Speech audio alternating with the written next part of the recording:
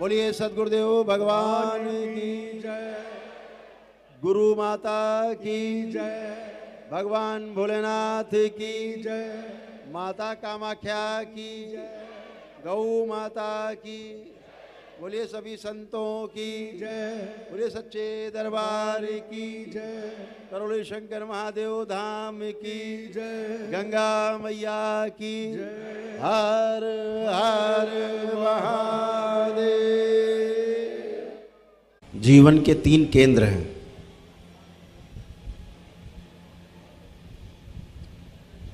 जो पहला केंद्र है वो हमारी नाभि है। जीवन का जो मुख्य केंद्र है वो हमारी नाभि है।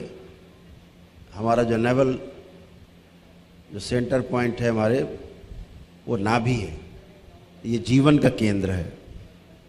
जीवन का केंद्र मस्तिष्क बिल्कुल नहीं है। लोग मस्तिष्क को जीवन का केंद्र मानकर जीते हैं, इसीलिए हमेशा परेशान रहते हैं, तनाव में रहते हैं। तो जीवन का केंद्र नाभि। नाभि का अर्थ है हमारी इच्छा शक्ति का केंद्र, हमारा विल पावर सेंटर। दूसरा केंद्र है हृदय। हृदय हमारा भाव का केंद्र है, जहां से आपके अंदर दया उपजती है। कहते नहीं हृदय पसीज गया, तो जहां से दया आपकी प्रकट होती है लोगों के प्रति। आपका दूसरा केंद्र जीवन का है हृदय क्षेत्र, भाव का केंद्र है। जो आपका तीसरा केंद्र है वो आपका मस्तिष्क है। यह मस्तिष्क आपके विचारों का केंद्र है। इन 3 केंद्र के आधार पर हमारा जीवन हम जी पाते हैं। अभी पूरी दुनिया में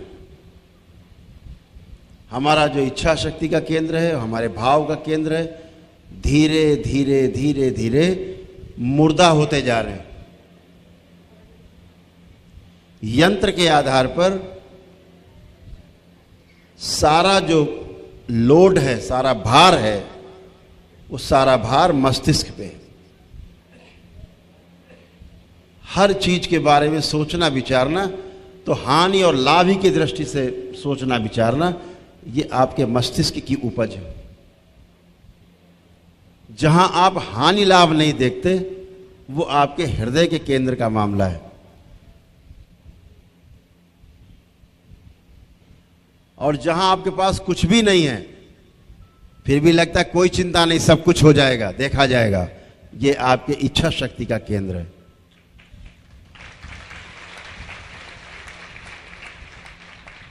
तो तीनों केंद्र का जो मिलन है जब होता है, तो एक प्रतिज्ञा होती है, एक संकल्प बनता है। जब आप संकल्प करते हो तो तीनों केंद्र आपके एक हो जाते हैं और नाभि में आके सिकुड़ जाते हैं, फिर पूरी सृष्टि में फैल जाते हैं आप। सबसे ज्यादा जो सिकुड़न है, संकीर्णता है, वो मस्तिष्क में। अगर कोई चीज खुली हुई है तो हृदय है।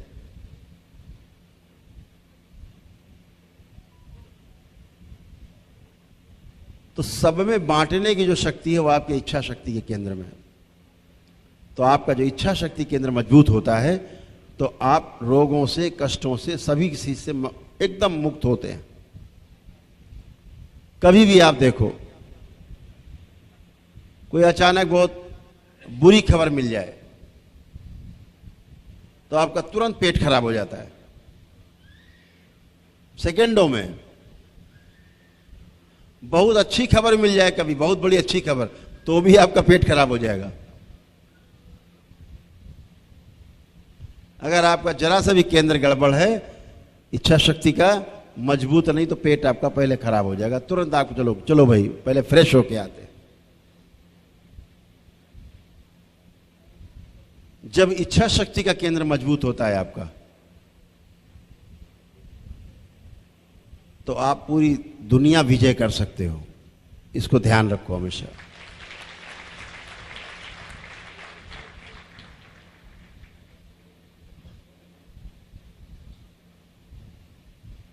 हमेशा ध्यान रखना है, हम सुखी रहना चाहते हैं, ये बहुत अच्छी बात है। दूसरा भी कैसे सुखी रहे, अगर ये सोच पाते हैं तो ये आपका हृदय केंद्र है। हम सुखी रहना चाहते हैं, ये हमारे मस्तिष्क का केंद्र है। दूसरा भी सुखी रहे, ये हमारे हृदय का केंद्र का वहां की आवाज है। और हम दूसरों को भी अपने साथ साथ सुखी रख पाते हैं, ये हमारे इच्छा शक्ति के केंद्र का प्रभाव है, ये उसका सदुपयोग है। हम इन तीनों केंद्रों पे जीना चाहते हैं, सभी लोग तीनों केंद्र पे जीना चाहते हैं। समस्या वहां है कि हम तीनों केंद्र पे जी नहीं पाते। तो जीने की कला क्या है, कैसे जिया जाए, कैसे जिए कि हम भी सुखी रहें और सामने वाला भी व्यक्ति जिससे हमारा संबंध है वह भी सुखी रहे। जब भी आप किसी को शरीर के रूप में देखेंगे तो शरीर आपको छोटा बड़ा दिखाई देगा, सुंदर या कुरूप दिखाई देगा, पद आपको छोटा या बड़ा दिखाई देगा अपने से, गरीब दिखेगा या आपसे धनवान दिखेगा, बल में आपसे कम या ज्यादा दिखेगा, बुद्धि में आपको कम या ज्यादा दिखेगा। हर जगह आपको असमानता दिखेगी। कोई दूसरे संप्रदाय का दिखेगा, हम दूसरे धर्म के दिखेंगे। जहां आपने इस तरह से आकलन किया किसी सामने वाले व्यक्ति का, उस आकलन के आधार पर आपने उससे व्यवहार किया, हमेशा आप सुखी रह सकते हो सकता है कि आप सुखी रह पाओ, लेकिन सामने वाला कदापि सुखी नहीं रह सकता। यहां पर शोषण है। यहां पर जो एक महापुरुष लोग नारा देते हैं आजकल पूरी दुनिया में, एकदम गलत नारा। क्या नारा देते हैं? जियो और जीने दो। कितना अच्छा लगता है सुन के, लिखा रहता है कई जगह पे, जियो और जीने दो। एकदम गलत नारा है, उल्टा कर दो इसको, जीने दो फिर जियो।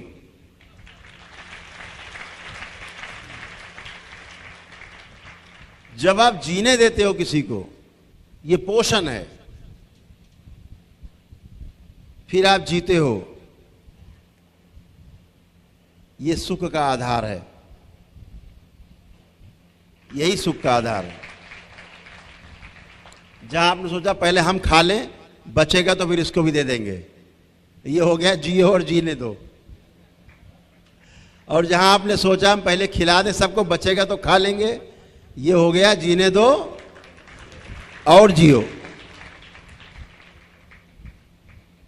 तो दरबार का जो कहना है कि जीने दो और जियो, इस तरह से चलना है अपने परिवार के साथ। इसका सबसे पहला प्रयोग कहां करना है? अपने परिवार के ऊपर, सबसे पहला। इस पूरी धरती पर जिस कुल में आपने जन्म लिया है,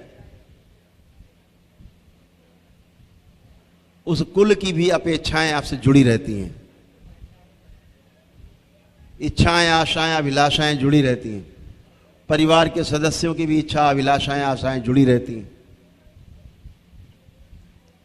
तो हमें इसके बीच में संतुलन बना के रखना है। पहले स्वयं के ऊपर काम करना है, स्वयं को समझना है। समझने में लग जाए 2-4 साल, 10 साल, 20 साल, जो भी, पहले स्वयं को समझना है। अपने आप को अगर आप समझ गए तो दूसरे को समझना बहुत आसान है। इसलिए पहले अपने को समझना है, स्वयं को, फिर परिवार को। जब परिवार हमारा हमसे संतुष्ट हो, फिर समाज को, फिर पूरी सृष्टि में हम फैल सकते हैं। हम सह अस्तित्व के आधार पे, को एग्जिस्टेंस के आधार पर हम पूरी सृष्टि में फैल सकते हैं। तो जब आप अपने छोटे बड़े के आधार पे, शरीर के आधार पर एक दूसरे को देखते हैं, तो वहां पर हानि और लाभ आपके समक्ष एक प्रश्न उठता है कि हानि होगा कि लाभ। उसके आधार पे आप संबंध कायम करते हैं। ये संबंध बहुत ज्यादा दिन नहीं चलते, लेकिन अगर इस शरीर के अंदर बैठे हुए जीवन पे आपकी दृष्टि जाती है कि जैसे मेरा जीवन, वैसे ही इस शरीर के अंदर बैठा हुआ जीवन मेरे ही जैसा है, मेरी ही जैसी सोच रखता है। मैं सुखी रहना चाहता हूं तो यह भी सुखी ही रहना चाहता होगा। इस धरती के बच्चे, बूढ़े, जवान, पूरी मानव जाति से अलग अलग सवाल पूछ लो कि सुखी रहना चाहते हो कि दुखी, तो एक ही उत्तर आने वाला है कि हम सुखी रहना चाहते हैं। ये सबकी अभिलाषा है। तो जब आप इस आधार पे उसका आकलन करते हैं सामने वाले का कि जैसे मेरा जीवन मैं है, वैसे इसका जीवन इसमें, जीवन न छोटा होता है न जीवन बड़ा होता है, जीवन न अमीर है न जीवन गरीब है, एक अंश का परमाणु है जीवन, तृप्त परमाणु है जीवन। तृप्त रहने के आधार पर संगठित है जीवन, और यह संगठित है इसीलिए कभी टूटता नहीं, इसीलिए आत्मा कभी मरती नहीं।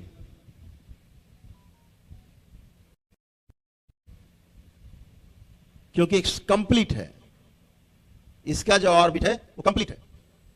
साइंस के आधार में बात करें तो बाकी सभी जितने ऑर्बिट हैं एटम के, परमाणु के, वो कोई भी पूरे नहीं हैं, आधे अधूरे हैं सब। लेकिन हमारे इस जैसा शरीर है, शरीर के जितना आप देख रहे हैं, सुंदर शरीर रखा है, आपको रोज देखते हैं, समझ रहे हैं इस सुंदर शरीर को, तो ये जो शरीर आपका है, ये एटम इसके पूरे नहीं है, इसीलिए एक दिन ये बिखर जाएगा, नष्ट हो जाएगा, समाप्त हो जाएगा। ये शरीर एक दिन समाप्त हो जाएगा, क्योंकि इसके जो परमाणु हैं, इसके जो एटम्स हैं, वो कंप्लीट नहीं है, पूरे नहीं है, उसका ऑर्बिट पूरा नहीं है। लेकिन इसके अंदर रहने वाला जो जीवन है, उसका ऑर्बिट पूरा है, वो एक अंश का परमाणु है, इसलिए कभी बिखरता नहीं, कभी टूटता नहीं, सदा एक सब। इस शरीर से जब जीवन निकल जाता है तो ये शरीर मिट्टी हो जाता है। घर वाले भी कहते हैं भैया जल्दी करो, जल्दी करो, ले चलो घाट पे, ले जल्दी फूको जल्दी से, कोई मोह नहीं, पता है सड़ने लगेगा अभी। अगर ये सड़ता नहीं है तो केवल जीवन के साथ होने के कारण शरीर सड़ता नहीं है।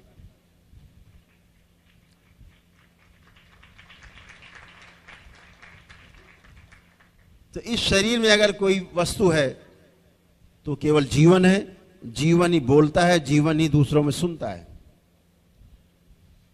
जीवन ही समझता है, जीवन ही समझ करके शरीर के द्वारा काम लेता है, कार्य लेता है। आहार, निद्रा, भय, प्रजनन, इसी शरीर के माध्यम से जीवन जब यहां प्रकट होता है शरीर के रूप में, तो अपने को प्रमाणित करता है जीवन। आपके अंदर जीवन है, आप बैठे हैं, सुन रहे हैं, समझ रहे हैं, कर रहे हैं, कर पा रहे हैं, देख पा रहे हैं, बोल पा रहे हैं, सुन पा रहे हैं, ये इस बात का प्रमाण है कि जीवन है। जीवन कभी प्रमाणित नहीं हो सकता अगर उसके पास शरीर ना हो। कोई भी जीवन प्रमाणित नहीं कर सकता अपने आप को जीवन को प्रमाणित करने के लिए एक मानव शरीर को धारण करना होता है। कुछ जीव जंतुओं में भी जीवन है, सब में जीवन नहीं है। ये जीवन मनुष्य योनि में पूरी कल्पनाशीलता के साथ मौजूद है। आपकी कल्पनाशीलता और आपकी कर्म की स्वतंत्रता, दो चीजें मनुष्य के शरीर में जीवन के साथ उपलब्ध हैं। बाकी जानवरों के शरीर में जीवन है, लेकिन कर्म की स्वतंत्रता और कल्पनाशीलता जानवरों में नहीं है। वो आहार, निद्रा, भय और प्रजनन के आधार पर अपना जीवन व्यतीत करते हैं। मनुष्य योनि के पास कर्मेंद्रियों के साथ साथ ज्ञान इंद्रियां भी सक्रिय हैं। 5 कर्मेंद्रियां हैं तो 5 ज्ञानेंद्रियां भी हैं। इस आधार पर जीवन शरीर के साथ तालमेल बनाता है और अपने को प्रमाणित करता है कि मैं हूं। इसलिए बहुत से पितृ शरीर छूट जाने के बाद भी अपने को प्रमाणित करते रहते हैं कि मैं हूं। शरीर नहीं छोड़ना चाहते, शरीर का मोह नहीं छूटता, अपने वंशजों में बने रहना चाहते हैं।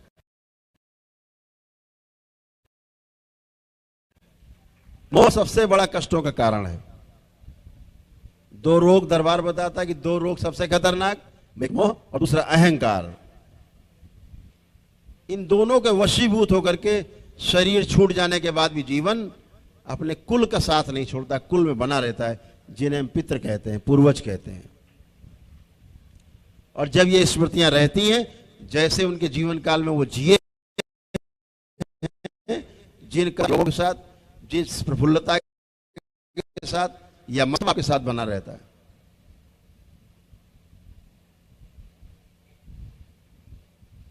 इसीलिए हमेशा आपको ध्यान रखना है कि ये जो जीवन है,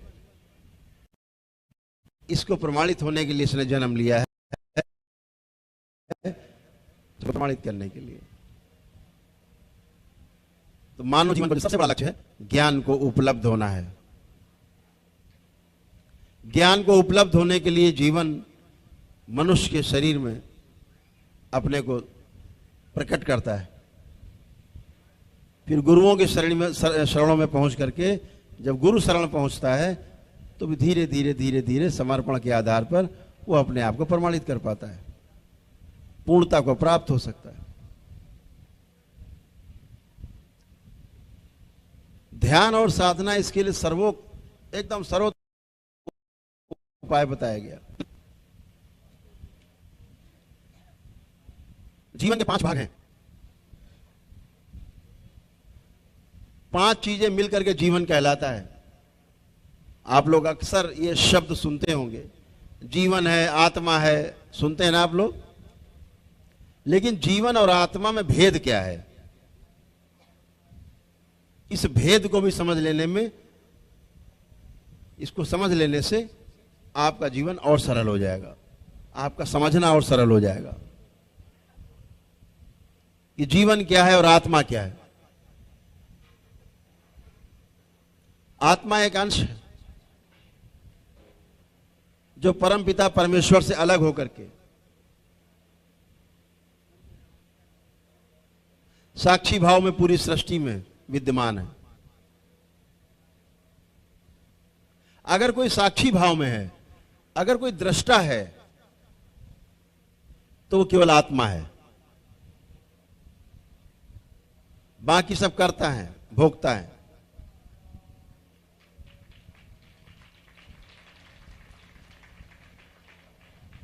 जब 5 चीजें एक साथ हो जाती हैं, यानी आत्मा के साथ साथ 4 चीजें और मिल जाती हैं, तो उसे जीवन कहते हैं।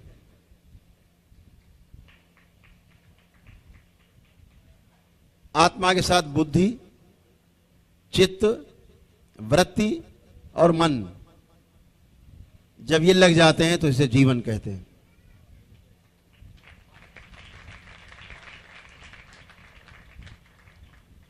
जब ये जीवन पूरा होता है, कंप्लीट, तो एक अंश का परमाणु बनता है।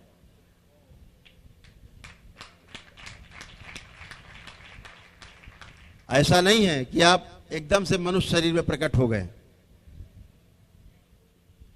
कभी आप कोई पदार्थ रहे होंगे, धातु, मिट्टी, सोना, चांदी, कभी पेड़ पौधे रहे होंगे, कभी जीव जंतु रहे होंगे, आज मानव शरीर में। जब आप मानव शरीर में हैं तो आपका जीवन पूरी तरह से कंप्लीट बैठा हुआ है और आपकी कल्पनाशीलता और आपकी कर्म स्वतंत्रता आपके पास है। कर्म की स्वतंत्रता तो मनुष्य के पास है, ध्यान रखना, लेकिन फल भोगने के लिए भी तैयार रहना। ये भोगना ही पड़ता है मनुष्य को। कर्म करने की स्वतंत्रता है, मार दो या मर जाओ, लेकिन भोगने के लिए आप परतंत्र हैं, वहां पर आपकी नहीं चलने वाली। उसी से बचने के लिए आपको गुरु की शरण में जाना होता है, जैसे आप सब बाबा की शरण में हो। और तमाम कर्म भोग बाबा माँ ने, दरबार ने आपके काटे हैं, इसलिए आप मस्ती में बैठे हो दरबार में। आप कर्म भोग ईश्वर भी नहीं काट सकता, ध्यान रखो। ईश्वर आपको कर्म भोग सहने की क्षमता तो प्रदान कर सकता है, आपके कर्म भोग को जो कटते हैं शरीर पे, उनको सहने की क्षमता बढ़ा सकता है।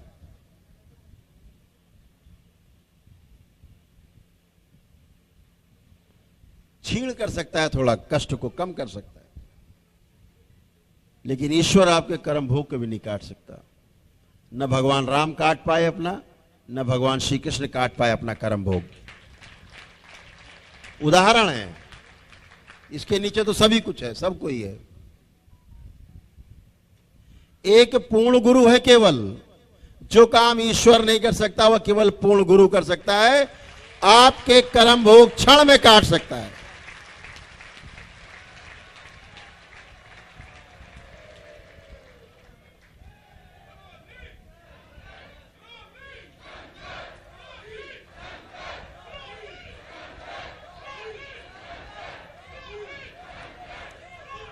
इसीलिए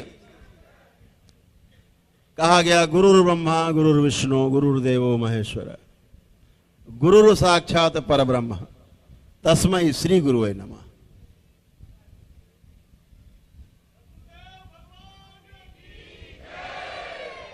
आपके कर्म भोग काटने का काम सिर्फ आपका पूर्ण गुरु कर सकता है, क्षण में मिटा सकता है आपके कर्म भोग।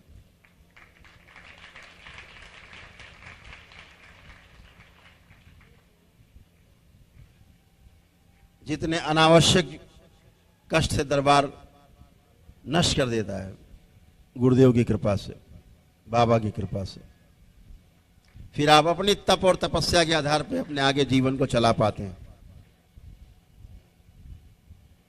तो जीवन की जब मैं बात कर रहा था तो सब आप बात समझ गए होंगे कि आत्मा में और जीवन में क्या फर्क है।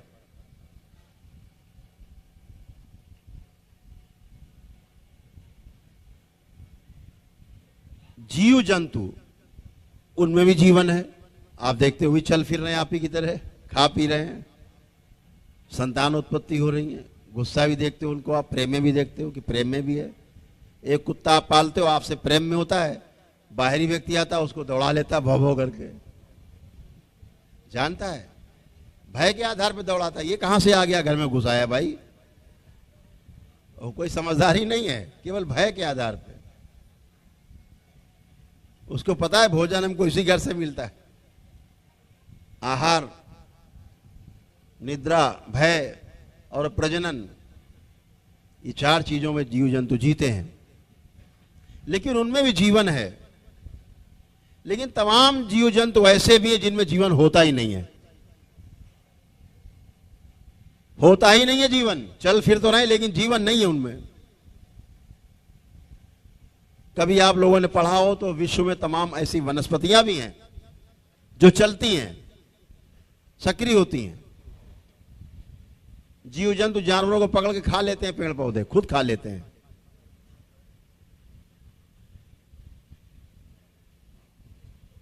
तो अगर उनमें जीवन नहीं तो फिर क्या है? जीवन नहीं तो फिर क्या है उनके अंदर? कैसे चल रहे हैं? आप कैसे पहचानेंगे किस जीव जंतु में जीवन है और किस जीव जंतु में जीवन नहीं है? कैसे पहचानेंगे आप? किसी के पास पहचान करने का तरीका है? बड़ा सरल है, बहुत सरल है। आपके सामने जीव जंतु घूम रहे हैं, टहल रहे हैं, आप देख रहे हैं, इनमें जीवन है कि नहीं, कैसे पहचानेंगे? बहुत सरल है, एकदम सरल। जैसे आप गाय को बुलाते हैं, आप बुलाते हैं ना, आओ आ जाओ आ जाओ खा लो, आप रोटी गुड़ खिला देते हैं, आती नहीं आती गाय चल के? आप बुलाते हैं तो आती कि नहीं आती? आती। कुत्ता खड़ा हो, आप उसे दिखाओ कुछ खाने के लिए, पुचकारते हो, बुलाते हो, आ जाता है, आता है, आप खिला देते हो। वो तमाम जीव जंतु जो सर्कस में देखे होंगे आपने, ट्रेनिंग देते हैं, जैसा कहता है उसका ट्रेनर वैसा ही करता है। तो इन सब में क्या हुआ? जीवन है। यानी आपके अंदर बैठे हुए जीवन के संकेतों को उसके अंदर बैठा हुआ जीवन समझ रहा है, तो वो आपकी तरह आपके कहने के अनुसार वो चल रहा है। आप कहते हो चलो यहां से, चलो चलो बाहर चलो, तो चला भी जाता है। लेकिन आपके कमरे में बिच्छू घुस जाए, आप उससे कहो भैया बाहर चलो, मच्छर घुस जाए कि भैया बाहर चलो, मक्खी आ जाए भैया बाहर चलो, जाएगी? नहीं जाएगी। आप मक्खी को बुलाओ, आओ आओ, नहीं आएगी, नहीं आते। आप मेढक को बुलाओ, आओ भैया आओ जरा कुछ खा लो, वो पता नहीं उछल के किधर जाएगा, सुनता ही नहीं। छिपकली जा रही, आपके बुलाने पर नहीं आएगी, डर के मारे भाग तो जाएगी, क्योंकि भय उसके पास है। आहार, निद्रा, भय और प्रजनन, भय है उसके पास। ये भाग तो जाएंगे आपसे डर के मारे। मेढक डर के मारे भाग जाएगा और बिच्छू भी डर के भाग जाएगा आपसे, लेकिन आपके बुलाने से। तो जो आपके संकेतों को नहीं समझ पा रहा है, उसमें जीवन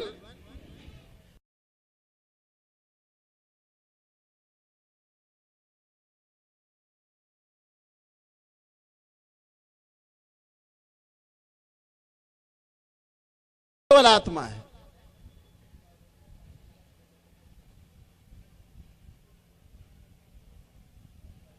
लेकिन जो जीवन हमारे संकेतों को समझता है, जिसमें पशु पक्षियों में आप समझ लो, इसमें भी मेरे जैसा ही जीवन विद्यमान है। इसीलिए जीव हत्या पाप कहा गया है, क्योंकि हमारा जैसा ही जीवन उनमें भी विद्यमान है।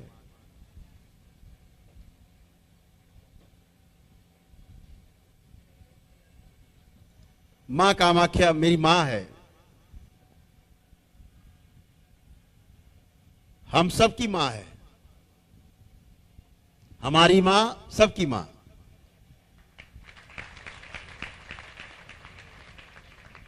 हमार मां सवार मां।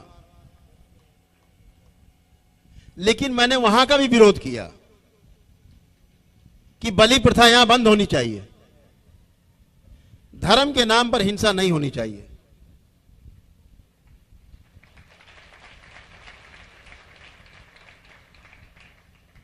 कुरीतियों का हमने सदैव विरोध किया है मंच से। दरबार ने हमेशा विरोध किया। अनावश्यक पूजा पाठ, गंदी पूजा पाठ से आपको दूर रखने की हमेशा कोशिश की दरबार ने। लोगों को लगता था कि गुरुजी क्यों बोलते हैं मंदिरों के बारे में ऐसा, क्यों बोलते हैं मूर्तियों के बारे में ऐसा, शास्त्रोक्त नहीं है इसलिए बोलते हैं। हमारे महापुरुषों ने इसकी आज्ञा नहीं दी है, अनुभव के आधार पर। इसलिए दरबार भी आपको आज्ञा नहीं देता गलत काम, गलत पूजा पाठ के लिए। ऐसे मंदिरों को बिल्कुल हटा देना चाहिए जो अप्रतिष्ठित मूर्तियां पूजा पाठ कराते हैं।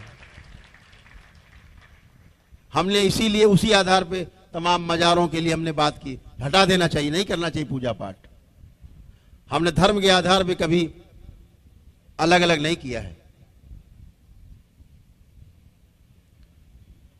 जो वास्तविक धर्म है उसको तो समझा ही नहीं लोगों ने भी, उसको समझने में किसी को रुचि नहीं है। संस्कृतियों में रुचि है। हमारी संस्कृति तुम्हारी संस्कृति से ज्यादा बेहतर है, हमारा खान पान तुम्हारे खान पान से ज्यादा बेहतर है, हमारी सोच तुमसे ज्यादा बेहतर है। इस पर तो बहुत बात की है, लेकिन धर्म है क्या, इस पर बात नहीं की कभी।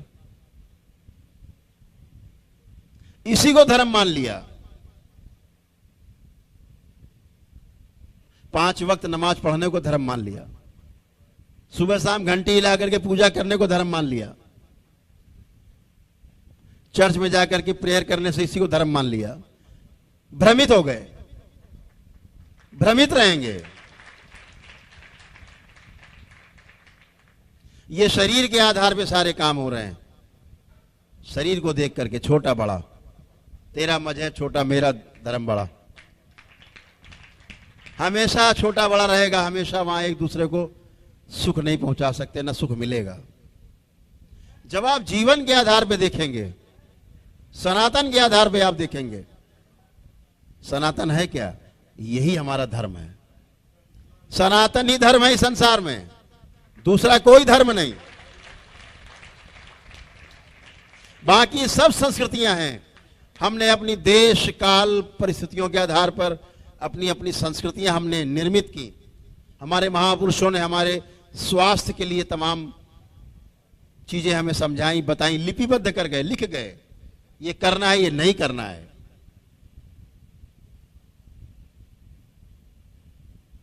लेकिन धर्म केवल अगर ये संसार में है, सृष्टि में है, तो केवल एक ही धर्म है जिसे हम सनातन कहते हैं। हिंदू होना हो, सनातनी होना अलग अलग विषय है। यह अलग विषय है कि हिंदू जल्दी सनातनी हो सकता है, तुरंत सनातनी। एक आदमी गंगा के किनारे खड़ा है, एक आदमी गंगा से 100 किलोमीटर दूर खड़ा है। जो किनारे खड़ा है वो संस्कृति, गंगा बह रही है, सनातन, एक डुबकी तुरंत मार सकता है, सनातनी हो गया। जो नजदीक खड़ा है वो हिंदू संस्कृति है, विशाल हृदय रखती है हिंदू संस्कृति, विशाल हृदय।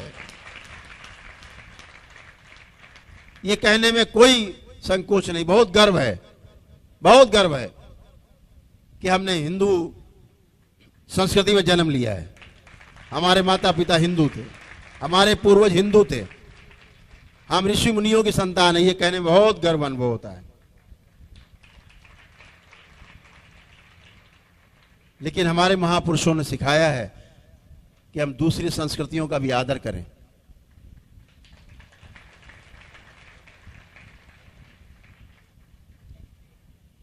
है क्या सनातन? सनातन क्या है? हवा चल रही है, सनातन है। पेड़ पौधे, वनस्पति जगत, पूरा पदार्थ जगत, पहाड़, समुद्र, धरती, आकाश, अग्नि, जल सदा से था, है और हमेशा रहेगा। यही सनातन है। सनातन कभी बट नहीं सकता, सनातन कभी एक का नहीं हो सकता, सनातन सबका है। चाहे मुस्लिम भाई हो, चाहे क्रिश्चियन भाई हो, चाहे वो बौद्ध हो, चाहे वो सिख हो, कोई भी मतावलंबी हो, सब पहले सनातनी है। इस बात को ध्यान रखना, माने या ना माने। ये जो 5 तत्व हैं यही सनातन है। हम कहते हैं अपने मुस्लिम भाइयों से, सनातन से अलग होके दिखाओ। हवा छोड़ दो, मत लो, पानी छोड़ दो, मत प्रयोग करो, अग्नि का प्रयोग मत करो, सूरज को मत देखो, सूरज का लाभ मत लो, चंद्रमा का लाभ मत लो। नहीं कर सकते। सनातनी है लेकिन मानते नहीं है।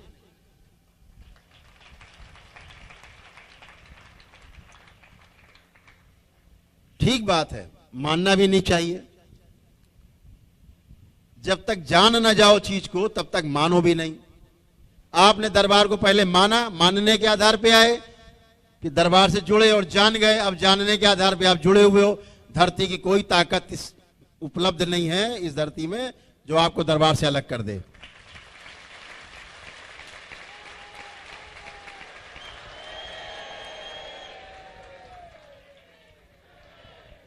क्योंकि आपने अनुभव किया है, आपके पास अनुभव है दरबार का, स्वयं का अनुभव है, कोई आपको बरगला नहीं सकता। आपने दरबार की शक्ति को अपने में अनुभव किया है, अपनी शक्ति को आपने अनुभव किया है, इसलिए आपको कोई भटका नहीं सकता। तो सनातन सत्य है, सदा था, है और सदा रहेगा, वही सनातन है। चारों अवस्थाएं मौजूद रहेंगी हमेशा। पदार्थ जगत हो, वनस्पति जगत हो, जीव जगत हो, ये मानव जगत हो। अभी तो हमारे महापुरुषों ने, अभी जो हम बोल रहे हैं 4 अवस्थाएं हैं, तो लोग कह सकते हैं 4 अवस्थाएं नहीं, 3 अवस्थाएं हैं। 3 अवस्थाएं मानी जाती हैं। तो आप कैसे जवाब दोगे कि 4 अवस्थाएं हैं? तो 3 अवस्था मानी जाती। क्या? पदार्थ जगत, जो पदार्थ दिखते हैं सारे, जो दिख रहा है। वनस्पति जगत, सारे पेड़ पौधे। जीव जगत, सारे पशु पक्षी और मानव, ऐसे कह सकते हैं। लेकिन ध्यान रखो, हम जीव नहीं हैं, हम जीवन हैं।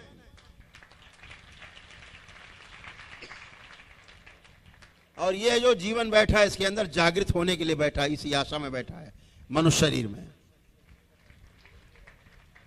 जीव और जीवन में फर्क है। मैंने अभी आपको बताया कि जो जीव है उसके पास कल्पनाशीलता और कर्म स्वतंत्रता नहीं है। हाथी क्या कर सकता है बेचारा? अपने जीवन काल में 2, 4, 500, 1000 वृक्ष खा लेगा तोड़ ताड़ के, लेकिन वृक्ष नहीं गिराता हाथी, शाखाएं तोड़ता है, फल फ्रूट खा लेता है तोड़ के। कितने तोड़ लेगा वृक्ष? लेकिन एक आदमी में इतनी शक्ति है, पूरे संसार को जला के खाक कर सकता है, पूरे पेड़ पौधे खत्म कर सकता है। और इसी मनुष्य में वो शक्ति है कि एक मनुष्य करोड़ों अरबों वृक्ष लगा सकता, लगवा सकता है। ये काम हाथी नहीं कर सकता, शेर नहीं कर सकता, क्योंकि उसके पास कल्पनाशीलता नहीं है, कर्म की स्वतंत्रता भी उसके पास नहीं है। इस आधार पर हम बाकी जीवों से मानव अलग है, क्योंकि मानव के पास कर्म स्वतंत्रता और कल्पनाशीलता है अपने मेधस के आधार पे। हमारा जो मेधस स्थिर है यहां पर, इस मेधस के आधार पर हमारी कल्पनाशीलता और कर्म स्वतंत्रता हमारे पास है, क्योंकि हमारा मेधस सक्रिय है। मेधस जीव जगत के पास भी है, लेकिन उसका मेधस सक्रिय नहीं है।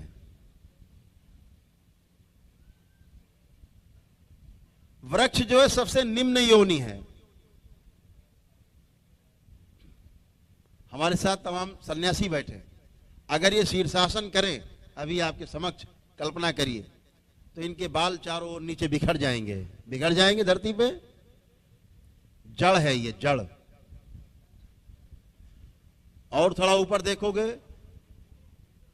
तो फिर तना दिखाई देगा, हाथ पैर दिखाई देंगे, उंगलियां दिखाई देंगी, शाखाएं हैं। वृक्ष इसी का उल्टा है। सबसे निम्न योनि क्या हुई? पेड़ पौधे। और सर्वश्रेष्ठ योनि क्या हुई? मनुष्य योनि। उल्टा है बिल्कुल वृक्ष के।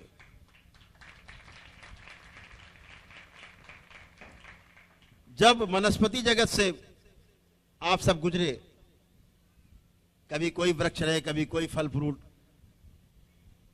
आपसे निर्मित हुए, बने इस सृष्टि में, धीरे धीरे आपका निर्माण होता गया, आगे बढ़ते गए। तो इस तरह के जीव मौजूद हैं जिनकी रीढ़ की हड्डी नीचे की ओर झुकी हुई है, धरती की ओर मुंह करके चलते हैं, धरती की ओर मुंह करके चलते हैं। जैसे सुअर, सबसे नीचे झुकी हुई रीढ़ की हड्डी है, पृथ्वी की तरफ सिर झुका हुआ है। अभी ये निम्न रीढ़ जो थोड़ा ऊपर उठा है। धीरे धीरे रीढ़ की हड्डी सीधी वाले जानवर मिलेंगे, घोड़ा वोड़ा मिलेगा आपको सीधा, शेर एकदम तन के चलता है सीधा। धीरे धीरे सीधे में आप जिराफ मिलेंगे, ऊंट मिलेंगे, गाय मिलेगी सिर उठा के चलने वाली, देशी गाय। ये श्रेष्ठ योनि है जीव जगत में। फिर आया मनुष्य, जिसकी रीढ़ की हड्डी एकदम सीधी हो गई है, एकदम सीधी, ऐसे हो। तो पेड़ पौधों से यात्रा शुरू होकर के आपकी मनुष्य योनि में आप सर्वश्रेष्ठ योनि मिली आपको।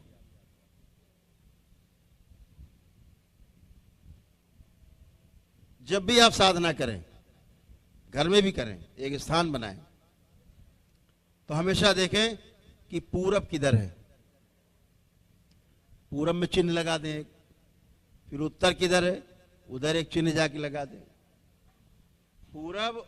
पूर्व और उत्तर दोनों दिशाओं के बीच में जो स्थान है, जिसे हम ईशान कोण कहते हैं, उधर की ओर मुख करके हमेशा साधना करनी चाहिए, जप करना चाहिए। क्यों करना चाहिए? हमेशा कोई बात बताए, उससे सवाल जरूर पूछ लो, क्यों? वो कहते भैया उस मंदिर में नहीं जाना, कभी उस मठ में नहीं जाना। उससे पूछो क्यों? अरे वो तो बहुत खराब है। तो बताओ कैसे खराब है, क्लियर करो। क्यों जरूर आगे रखना, कैसे तो बाद में आएगा, क्यों पहले।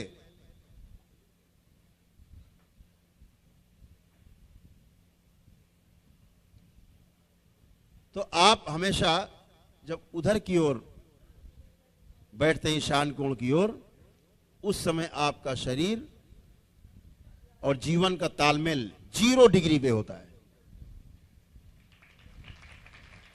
कोई भार नहीं होता। और जब भी आप लेट जाएं, दंडवत करें,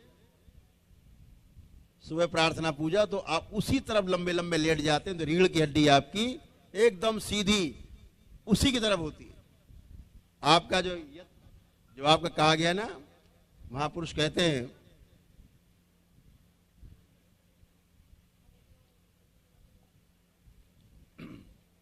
यत पिंडे तत् ब्रह्मांडे, यही ब्रह्मांड है।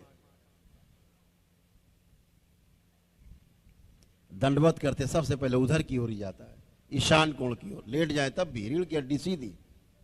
आप बैठे भी होते हैं तब भी आपका इशारा, जो चुंबकीय क्षेत्र है आपका 0 हो जाता है।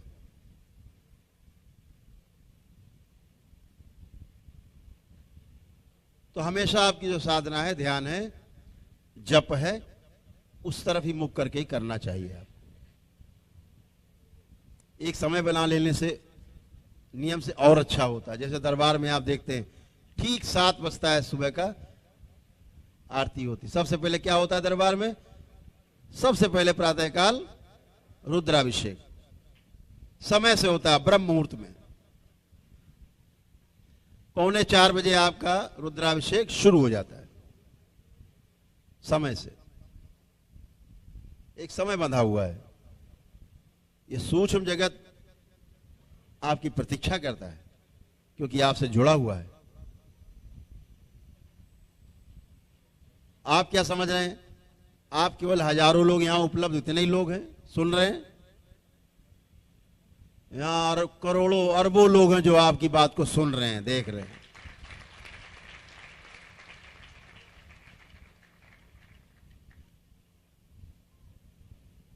इस धोखे में कभी मत रहना कि हम जो कर रहे हैं कोई देख नहीं रहा है। वो सब देख रहा है।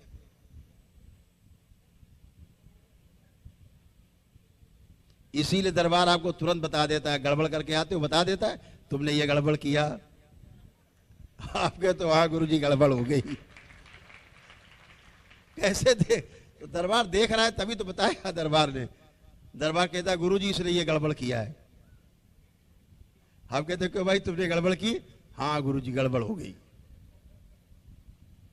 तो आप 24 घंटे 365 दिन जब तक ये शरीर रहेगा, आप दरबार की नजर से ओझल नहीं हो सकते। हमेशा दरबार की नजर में।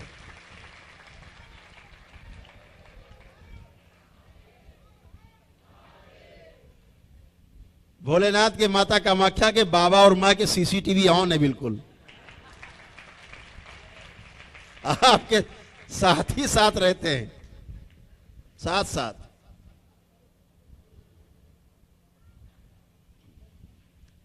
तो हमेशा ध्यान रखो कि हम जीवन हैं, और जीवन के आधार पर जब सामने वाले से संबंध हम अपने बनाते हैं, तो उन संबंध के आधार पर सुख होता है, दोनों पक्ष सुखी होते हैं। जब हम जानते हैं कि मेरे चुटकी काटने से मुझे कष्ट होता है, तो इसके चुटकी काटने पर इसको भी कष्ट होता है। जो ये बात समझ लेते हैं तो फिर हम चुटकी नहीं काटते, फिर हम चुटकी लेते हैं, चुटकी काटते नहीं।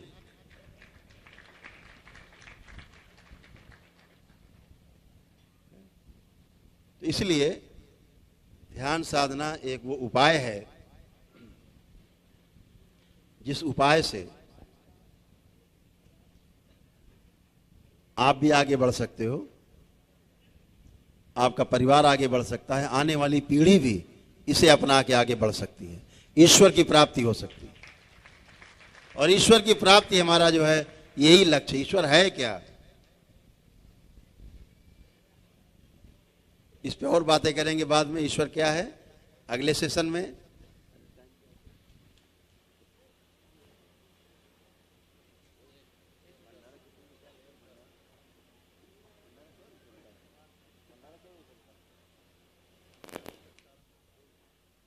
चलिए, भंडारे का जब तक टाइम होगा तब तक एक सेशन हम लोग और कर लेते हैं ध्यान का। फिर भोजन के बाद जिनकी अगर ट्रेन है, कोई उनके पहले से रिजर्वेशन है, तो उनके लिए अनुमति है कि वो आज समापन का दिन है, आज जा सकेंगे। और बाकी लोग शाम को समापन होगा, यहाँ से 5 बजे के आसपास समापन होगा आज 3 दिवसीय शिविर का हरिद्वार में। तो जो उपस्थित रहना चाहेंगे रुक करके ध्यान साधना कर सकते हैं। तो सभी लोग तैयार हो जाएं, पुणे से अपने अपने स्थान पर वर्तमान में आ जाएं।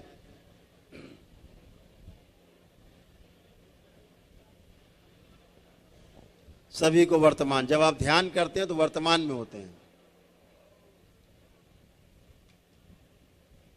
भूतकाल में जाते हैं तो भूतकाल में पीड़ा है, केवल पीड़ा, सोच सोच के उसने ये किया, उसने वो नहीं किया, हम ये कर लेते, ये नहीं कर पाए, नहीं तो तीर मार लेते, क्या बताए, बच गया, निशाना नहीं लगा। तो भूतकाल में केवल पीड़ा है। भूतकाल के बारे में सोच सोच के अंदर पीड़ा उत्पन्न होती है। और भविष्य के बारे में ज्यादा सोचते रहते हैं तो चिंता उत्पन्न हो जाती है।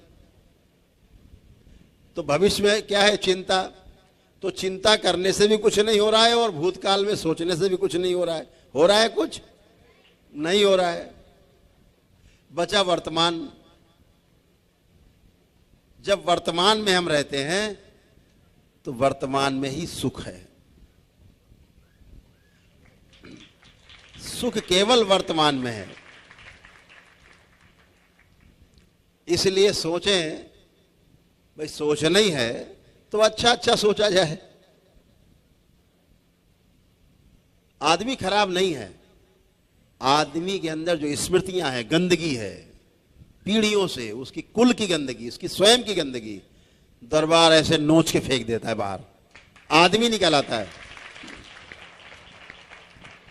पहली बार आदमी आदि बन जाता है। किसी जाति धर्म कहो, उससे कोई लेना देना नहीं।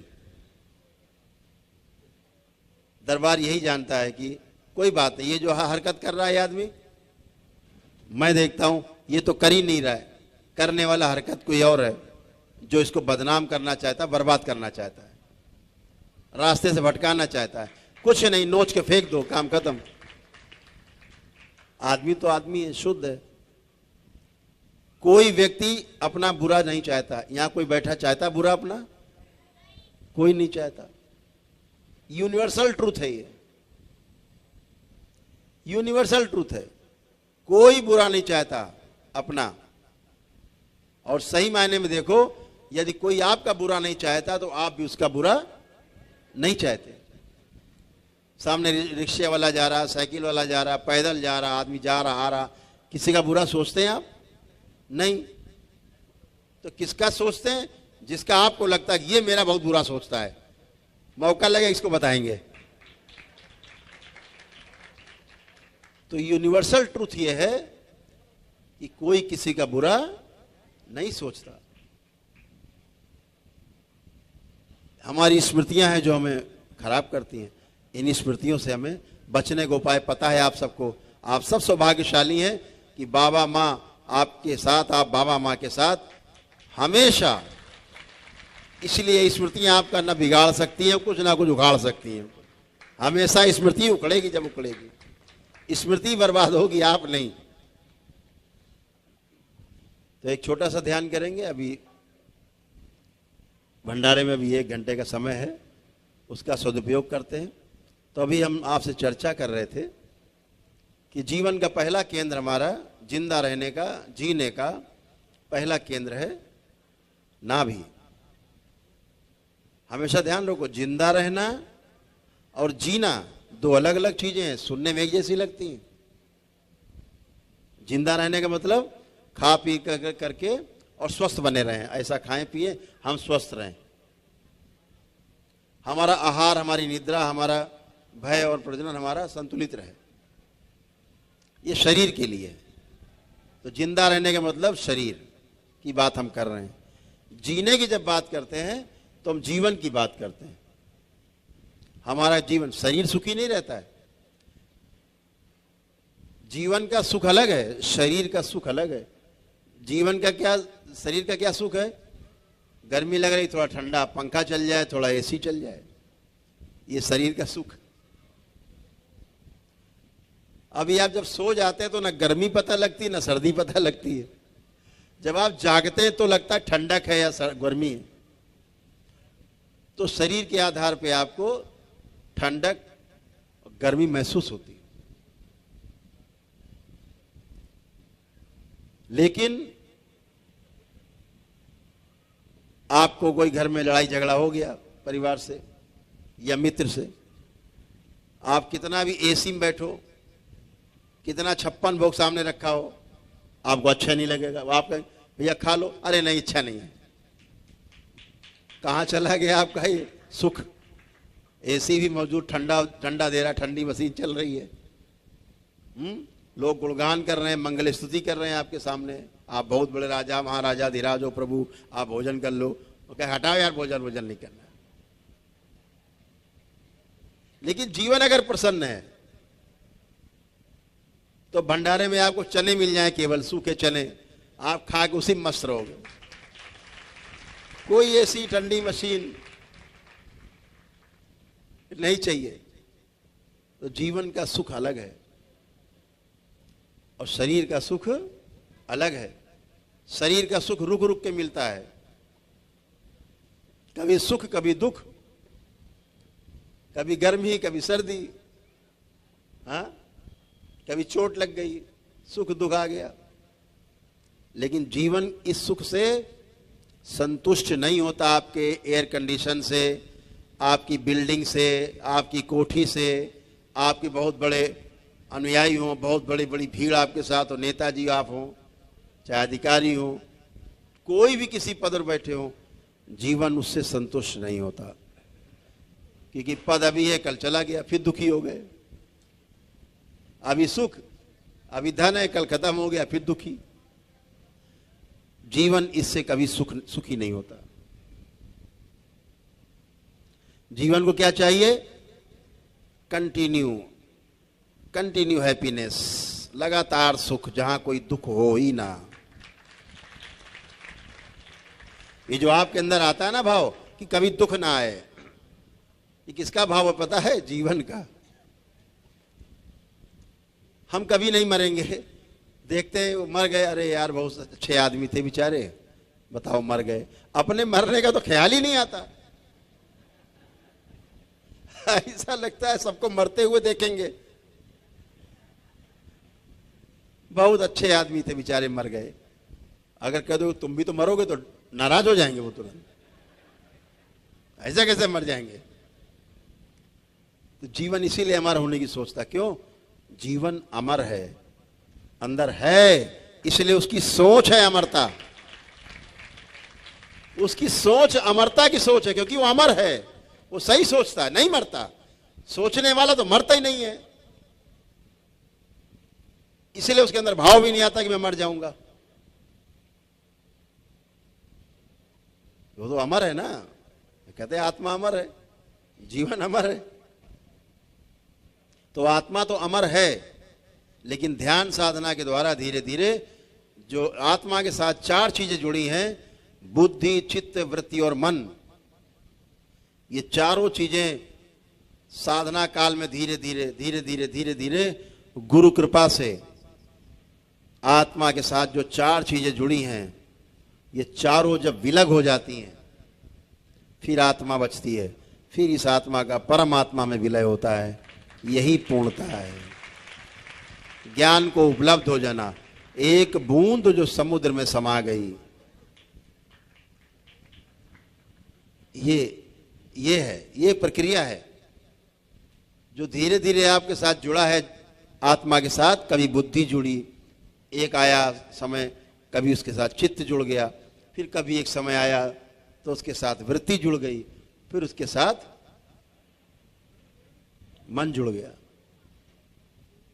अभी जब आपको हम ध्यान कराते तो हम आपसे कहते हैं कि उसको देखो जरा आंख बंद करके, आप देखते हो, अचानक आप गायब हो जाते हो, पता नहीं कहाँ पहुंच गए, फिर लगता है अरे कहाँ चले गए, वहां नहीं, फिर यहाँ जो कहा गुरुजी वो देखो, हम कहते हैं यहाँ रहो, आप थोड़ी देर में गायब हो जाते हो, कहीं और पहुंच जाते हो, फिर आप सुनते हो आवाज, अरे यहाँ रहना है, फिर वापस आते हो। तो ये कौन आपको देखता है? जीवन तो एक ही है, इसके अंदर तो एक ही है ना, कि दो हैं? एक है। तो जब एक है तो कौन देखता है फिर ये? अरे कहाँ गए, वहां कहाँ चले गए, वापस आओ, ये कौन देखता है? ये कैसे होगा? बहुत बड़ी समस्या है ये, हमेशा समझो। इसको विस्तार में कभी बताएंगे, मोटे मोटी बात समझ लो। आत्मा दृष्टा है बुद्धि की, बुद्धि को देखती, नजर रखती बुद्धि के ऊपर, क्या कर रही है ये, अच्छा है बुरा है, पीछे से कहती ये ठीक नहीं है, बुद्धि कहती नहीं इसमें लाभ है, थोड़ा हड़प लेंगे तो क्या होगा, आत्मा कहती ठीक नहीं है ये। अंदर से एक मन कहता है, कहते हैं एक मन कहता करो, एक मन कहता नहीं करो, वहां मन का काम थोड़ा कम है। तो बुद्धि के ऊपर दृष्टि किसकी है? आत्मा की। आत्मा बुद्धि की दृष्टा है, देख रही क्या कर रहे हो। बुद्धि चित्त की दृष्टा है, और चित्त वृत्ति की दृष्टा है, और जो वृत्ति है वो मन की दृष्टा है, और मन इस संसार का दृष्टा है, पूरे संसार को देखता है। ऐसे इसीलिए आप कहीं जाते हो वापस आ जाते हो तुरंत, अरे गलत चले गए। तो सब पे नजर, ध्यान रखो, सीसीटीवी अंदर सब ऑन है, अंदर जीवन में भी सारे सीसीटीवी लगे, सब देख रहे हैं। हरकत किया तुरंत नोटेड, हाँ भाई तुमने ये गड़बड़ किया, हाँ किया।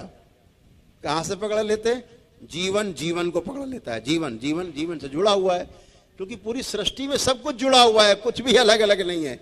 इस आधार पे जीवन सब समझ लेता है, पूरी सृष्टि को समझ लेता है। एक वृक्ष के नीचे बैठ के, एक पेड़ के नीचे बैठ करके पूरी सृष्टि को समझ लेता है, ईश्वर को समझ लेता है, अपने को समझ लेता है, क्योंकि सब जुड़ा हुआ है, इसलिए समझ लेता है।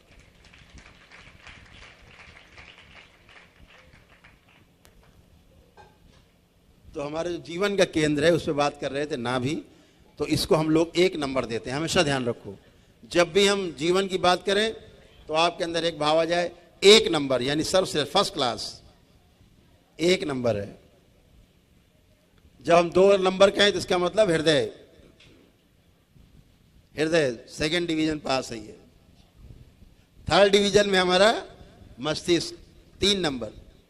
तो 1 नंबर क्या है?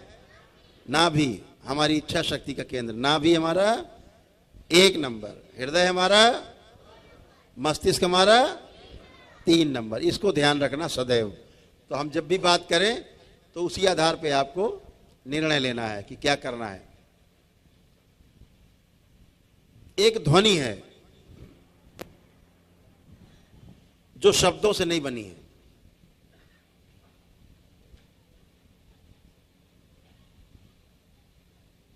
ये जो ध्वनि है वो शब्द नहीं है, शब्द के रूप में हम पहचानते हैं, हम बोलते हैं तो शब्द हो जाता है वो ध्वनि। कौन सी? ओम। ओम, ऐसे। तो ये ध्वनि है, पूरे ब्रह्मांड में ये ध्वनि गूंज रही है।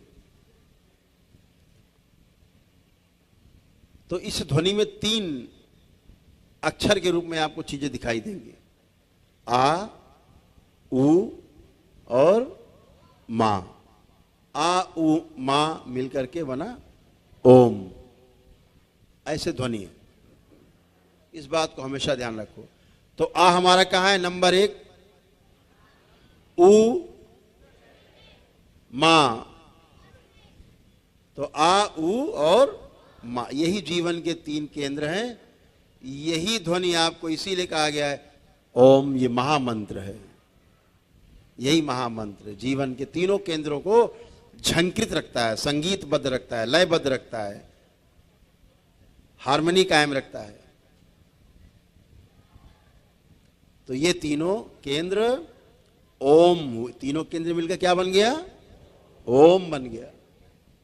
तो अब केवल ओम ओम कहने से काम नहीं चलेगा, केवल राम राम कहने से काम नहीं चलने वाला। राम ने जो आचरण किए, आचरण, उन आचरण में जीने पे काम बनेगा, तब आप राम बनोगे, तब आप काम के बनोगे। केवल रामायण पढ़ने से कुछ होने वाला नहीं, रामायण अंदर उतरनी चाहिए, आचरण में आनी चाहिए, तब बनेगा। गीता पढ़ने से नहीं मिलने वाला कुछ, सिवाय ज्ञान झेलने के, दूसरों को उबा देने के अलावा। इतना ज्ञान आप दे दोगे, सामने वाला ऊब जाएगा कि आत्महत्या कर लेते तो ज्यादा ठीक।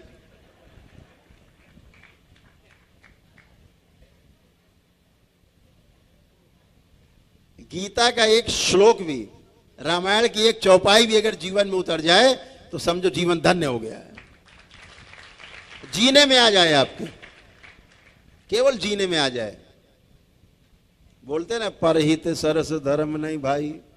अब बताओ, यहां तो लूट मची हुई है, परहित की कौन कहे? तो एक चौपाई उतर जाए तो समझो मनुष्य बन जाए आदमी। तो 1 नंबर, 2 नंबर और 3 नंबर ध्यान रखना है।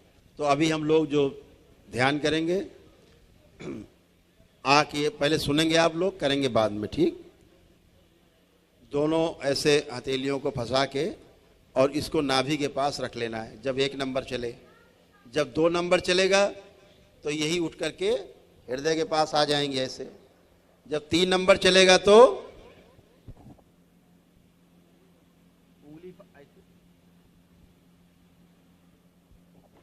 उंगली फंसी हुई है, उंगली नहीं छूटेंगी। 1 नंबर, 2 नंबर, 3 नंबर, ठीक है? ऐसे। अभी आपको हम पूरी कसरत कराएंगे, ध्यान रखना, याद कर लो फिर से। और सीसीटीवी आओ ने पकड़ लेंगे तुरंत। तो पहले अनुभव हो जाए कि 1 नंबर, 2 नंबर, 3 का अनुभव हो जाए, अभ्यास हो जाए। तो जो हम बोले, ये दोनों उंगलियां जुड़ी हुई हैं ऐसे, तो वहीं रखते जाना है। जैसे हमने बोला 1, 2, 3, बहुत सुंदर, सभी लोग जान गए, ठीक। चलिए शुरू करते हैं। हाँ, 1, 2, 3, 1, 2, 3, 1, 3, 2, 3, 2, 3, 3, 1। अरे तो सब समझदार हो गए।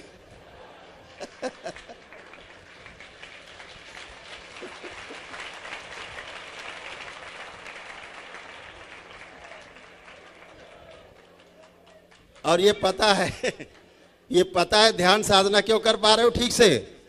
क्योंकि पितर महाराज नहीं है।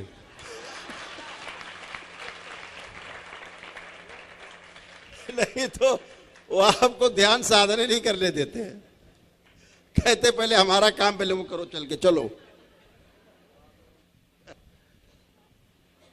बोलिए सद्गुरुदेव भगवान की जय, गुरु माता की जय, भगवान भोलेनाथ की जय, माता कामाख्या की जय, गौ माता की, बोलिए सभी संतों की जय, बोलिए सच्चे दरबार की जय, करोली शंकर महादेव धाम की जय, गंगा मैया की जय। हर हर महादेव।